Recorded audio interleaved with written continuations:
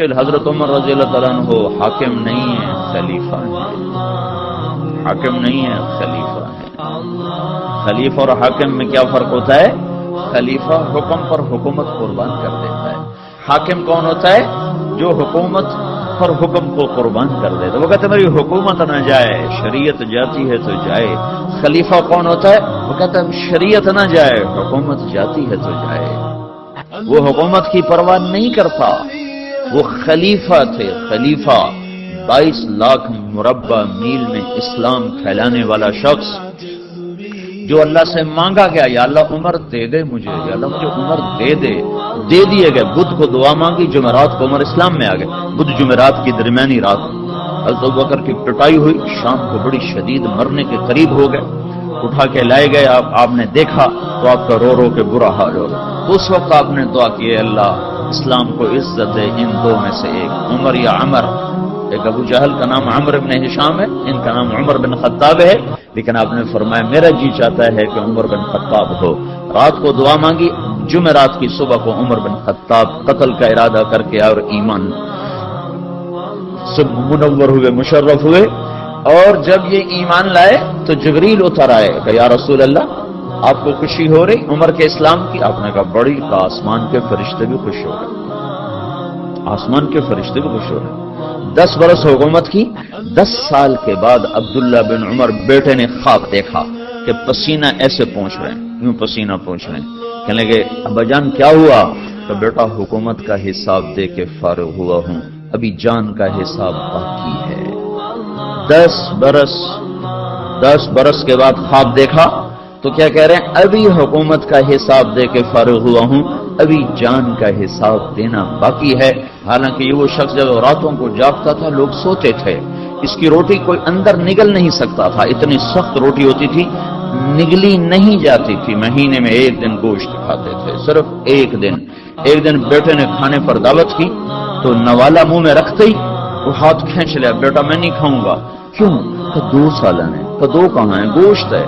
کہنے تم نے گوشت میں گھی ڈالا ہوا ہے، گھی الگ سالن ہے، گوشت الگ سالن ہے، میرے نبی نے زندگی بھر گھی اور گوشت ملا کے نہیں کھایا۔ کہ ابا جان میں نے کوئی فضول خرچی نہیں کی، آج مجھے گوشت سستا مل گیا تھا تو میں نے آدھے درہم کا گوشت لے لیا، آدھے درہم کا گھی لے لیا، دونوں کو ملا کے بنا دیا، تو اس میں کوئی فضول خرچی نہیں ہوئی۔ کہ نہیں بیٹا، عمر کا ہاتھ اندر نہیں جا سکتا، میرے نبی نے گھی اور گوشت کو اکٹھا نہیں کیا۔ ایسا شخص جو مظلوم کی فریاد سن کر یا لبیکا کی صدائیں لگاتا ہوا مدینے کی گلیوں میں بے قرار ہو کے پھرنے لگ جاتا تھا، راتوں کو نگرانی کے لیے پھر رہا ہے، وہ عمر 22 لاکھ مربع میل میں سلطنت اور راتوں کو چکر لگ رہے ہیں۔ ایک بڑھیا ہانڈی چڑھا کے بیٹھی ہوئی ہے، بچے 3-4 رو رہے ہیں، چیخ رہے ہیں، اماں کیا بات ہے، یہ بچے کیوں رو رہے ہیں؟ تو کھانا کچھ نہیں، بھوک سے رو رہے ہیں۔ یہ کیا ہے؟ کہ یہ تو تسلی کے لیے ہے، پانی اوپر چڑھایا ہوا، اندر کچھ نہیں ہے، میرا اور عمر کا اللہ کے ہاں حساب ہوگا۔ تو عمر کی آنکھوں میں آنسو آ، عمر کو تیرے حال کی کیا خبر؟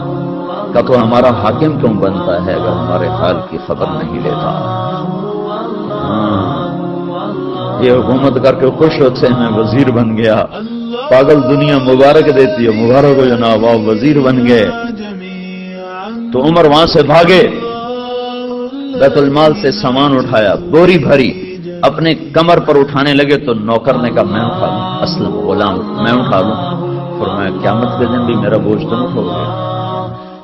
بوری اٹھائی اور بھاگے ہوئے آئے اور آ کر جلدی سے اس میں گھی اور پنیر اور کھجور، حیسا ایک عرب میں حلوہ بنتا تھا، حیسا، وہ جلدی سے تیار کیا اور لکڑیاں ڈال کے پھونک مار رہے۔ اسلم فرماتے ہیں غلام کہ میں دھواں ان کی داڑھی میں سے نکلتا اور آنکھوں سے آنسو بہتے میں دیکھ رہا تھا، وہ بے قرار ہو کے آگ جلا رہے تھے یہاں تک کہ وہ حیسا تیار ہوا، پھر آپ نے خود ڈوئی میں سے پلیٹوں میں ڈال کے بچوں کے آگے رکھا، پھر ایک طرف بیٹھ گئے ان کو کھاتا دیکھنے لگے، پھر وہ بچے ہنسنے کودنے لگے، پھر تھوڑی دیر بعد اٹھ کے چل دیے تو وہ عورت کہنے لگی کاش عمر کی بجائے تو امیر المومنین ہوتا۔ تو یہ نہیں کہا کہ وہ میں ہی ہوں، کہا اماں جب تو امیر المومنین سے ملے گی تو مجھے بھی وہیں پائے گی، مجھے بھی وہیں پائے گی۔ الذي نعتز به جميعا. الله